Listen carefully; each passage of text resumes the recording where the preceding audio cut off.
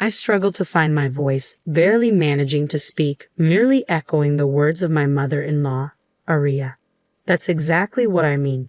If it weren't for you, none of this would have happened. I do not acknowledge you as Noel's wife. You're not suitable. That's what I mean. Why? Why all of a sudden? Why say such things? I questioned, bewildered by the sudden onslaught of accusations. It's a problem that you've lied this long without understanding such things. Realize it. It's true what they say, children from low-level single-parent homes have issues. Seeing you has only reinforced that belief, Aria continued, her words cutting deep. My name is Sierra, a 35-year-old office worker living with my husband and elementary school-aged child. A family of 3. Since the beginning of my marriage, we've lived close to my husband Noel's family home. We maintained a good relationship while keeping a comfortable distance. The turning point in our relationship with father-in-law and Aria came a few years ago when father-in-law passed away after a long illness. Aria's grief at losing him was painfully evident. Considering Noel's commute, we planned to move, but seeing Aria's condition made leaving her alone worrisome. Noel and I discussed it many times. We decided to stay put until Aria's situation stabilized. That's when it started. Slowly but surely, Aria began to overstep our personal space. When father-in-law was alive, she never visited our home unnecessarily. She never came unannounced, not as far as I knew. But now, she suddenly started showing up without any notice. It began as a day or two, but recently she's at our house half the week. If only she gave prior notice, I could bear it. But entertaining Aria when she's so unpleasant is disheartening, especially since she only brings unpleasant conversations. Sierra, you're always home late, aren't you? Are you that busy with work? Are you taking proper care of Noel? Aria's words felt like barbs, each one piercing deeper. What exactly do you mean by proper care? I managed to interject. Just what I said. Are you serving nutritious meals and looking after his health? Aria's gaze pierced through me, demanding an answer. Noel is the pillar of our family, my precious son, I responded, trying to defend myself. Sierra, you're not just serving him frozen meals and hot deli food because you're short on time, are you? Aria's accusatory tone filled the room. I glanced at the freezer, feeling the weight of her judgment. Oh, well, not always, but sometimes yes. Not having time is just an excuse. Stop making excuses, Sierra. Show some responsibility as a homemaker in charge of your family's health. Aria lectured, her words like a relentless barrage. Aria, a longtime middle school teacher, always judged everything by her standards without considering others. Since a minor incident in middle school due to my family background, I've had a poor impression of teachers, including Aria.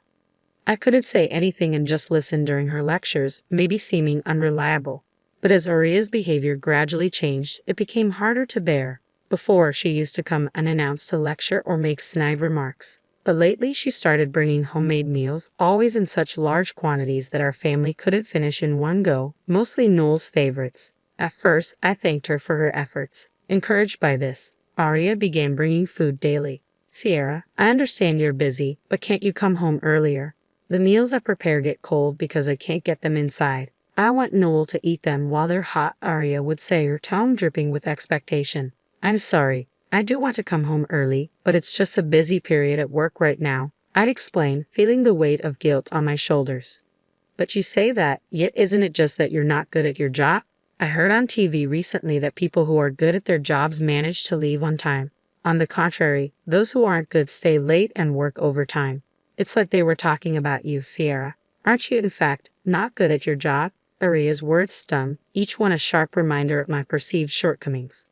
No, that's not it. I think I do my job well enough. I try to defend myself, but Aria's disapproving gaze made me feel small. I'm only making you bringing these meals because you always serve hot deli food.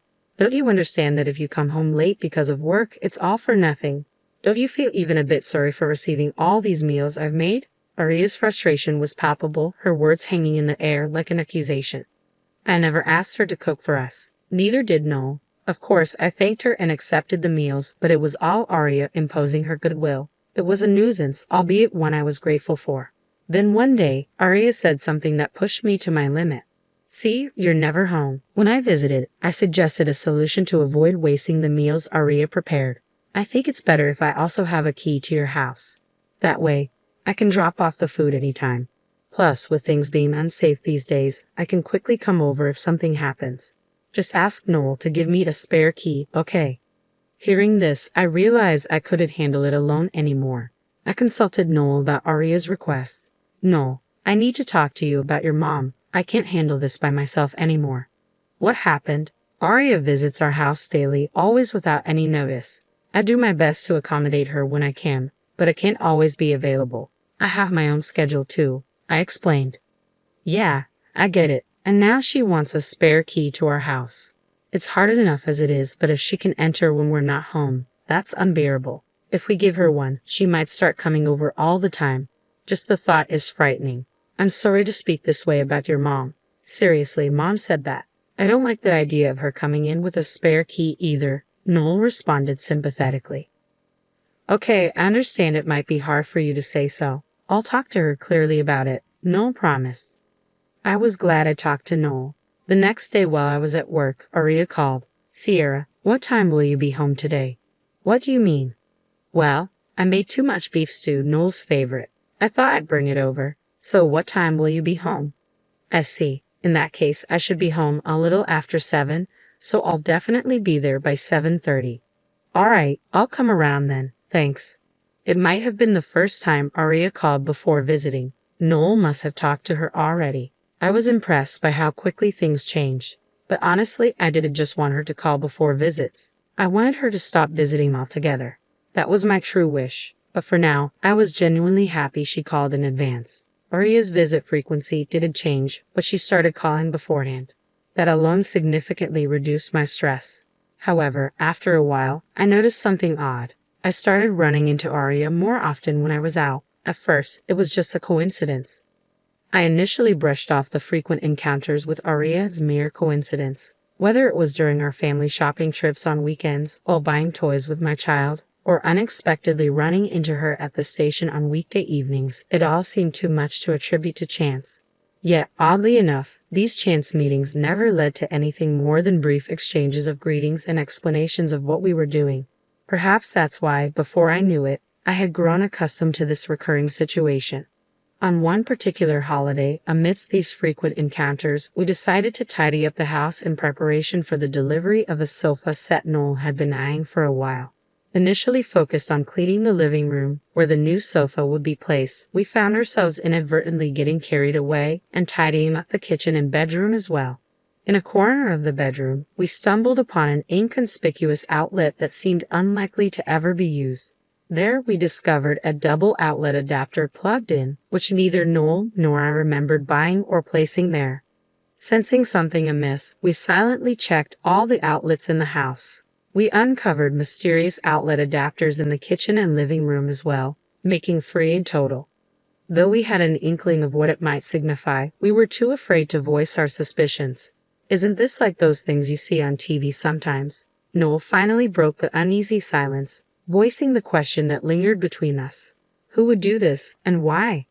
Mid-conversation, Noel abruptly asked about the whereabouts of our banking card, leaving me bewildered. Not understanding his concern at first, Noel clarified, "Is our banking card here? Has it gone missing?" His words sent a chill down my spine.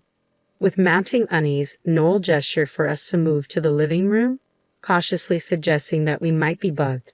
"It's better not to talk about it here. We should be safe here. It's far enough," he whispered, trying to reassure me.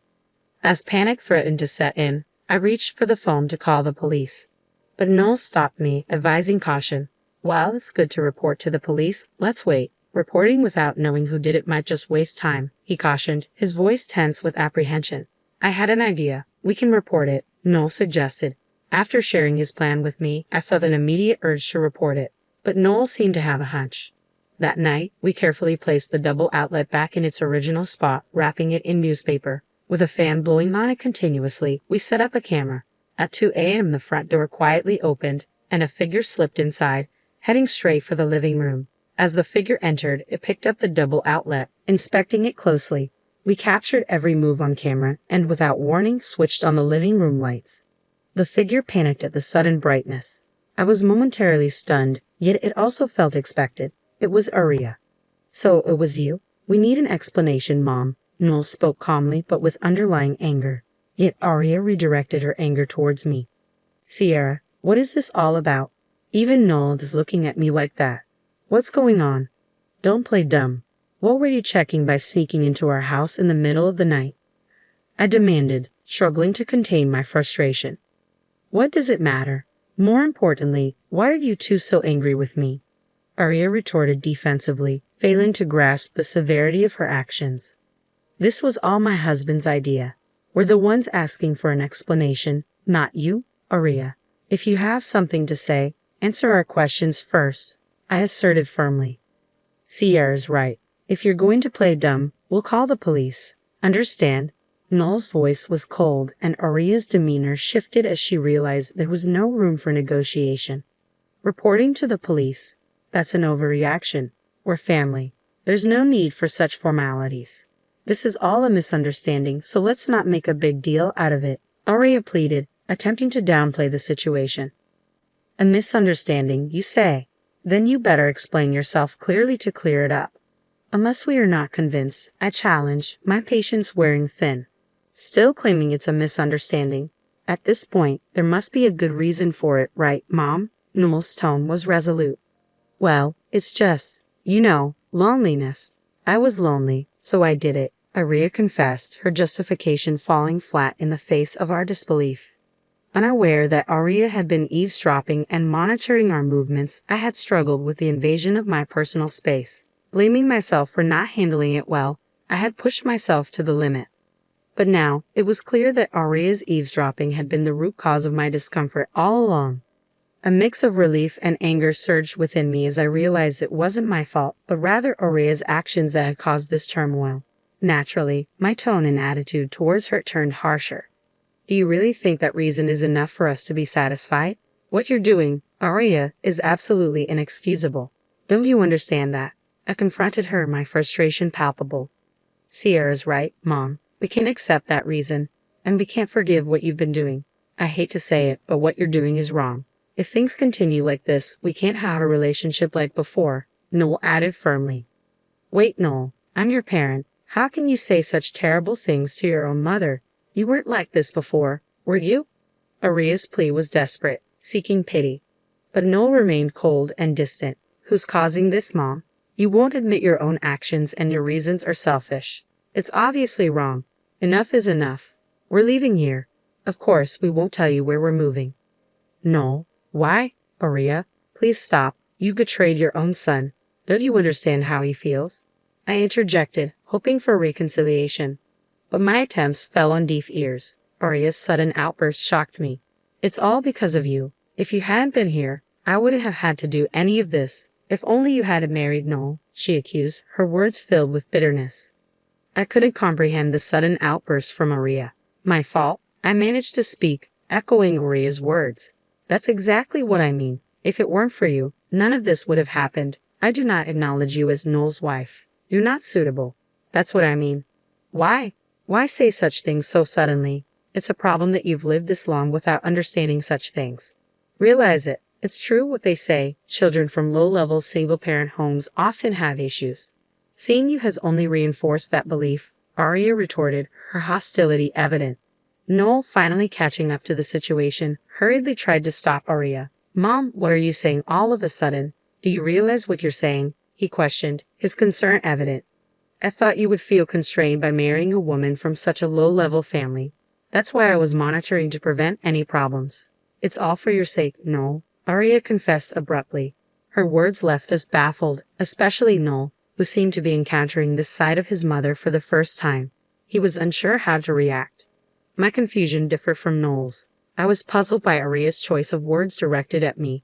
They felt oddly familiar. Eventually, a memory resurfaced, and I decided to confront Arya. Arya, I heard you were a middle school teacher. Is that true? I asked, seemingly diverting from the situation at hand. Her exaggerated reaction to my question sparked a realization within me.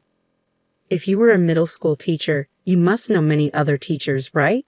There's a teacher I can't forget. Is she perhaps an acquaintance of yours? I mentioned a name, and Arya's reaction confirmed my suspicions. She became visibly shaken and stuttered in response. Why that name? I prodded further, now certain of the connection. It seemed my former middle school homeroom teacher was a point of contention. I thought so. It's connected. Seeing Aria's reaction, I was certain my suspicions were correct. The name I had mentioned was that of my middle school homeroom teacher. I explained. From your reaction, Aria, it seems you know her. Actually, I was treated terribly by that teacher and got into some trouble. It seems like you've heard about it, haven't you? I continued, unraveling the connection between Aria's actions and my past. The trouble with my former teacher was related to my family background.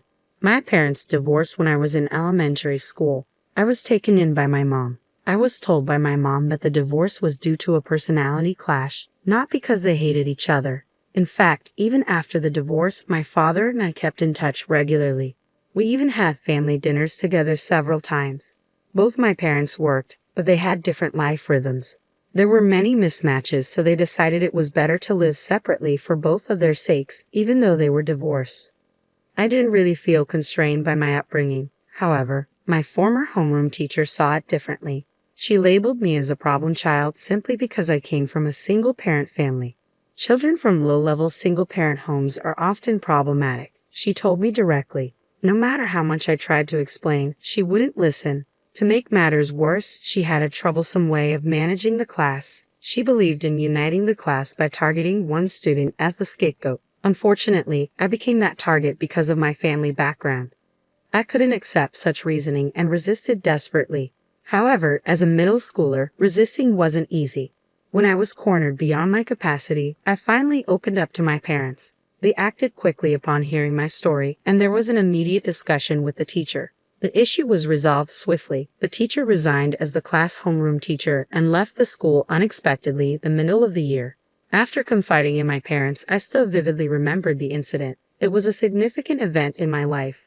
So when Aria mentioned a former teacher, I reacted strongly. If she was acquainted with such a teacher, I could easily imagine what she had been told about me. But that didn't evoke any sympathy for Aria. I understood too well what she thought of me. Now, it seems, Aria, you didn't hear the whole story from your acquaintance. If you had, you wouldn't have done such a thing. I confronted her. Aria's attitude changed completely, realizing the gravity of the situation. No one could imagine being bugged by someone whose relative is a lawyer. It's obvious how dangerous that would be, I warned her sternly. Aria, overwhelmed by Noel's declaration, could barely respond. His decision to cut ties with her was final. The next day, at Noel's insistence, we reported the eavesdropping to my father and the police. Surprisingly, the former teacher had no knowledge of Aria's actions. However, given that the teacher's remarks had led to the situation, we demanded she never speak of it again.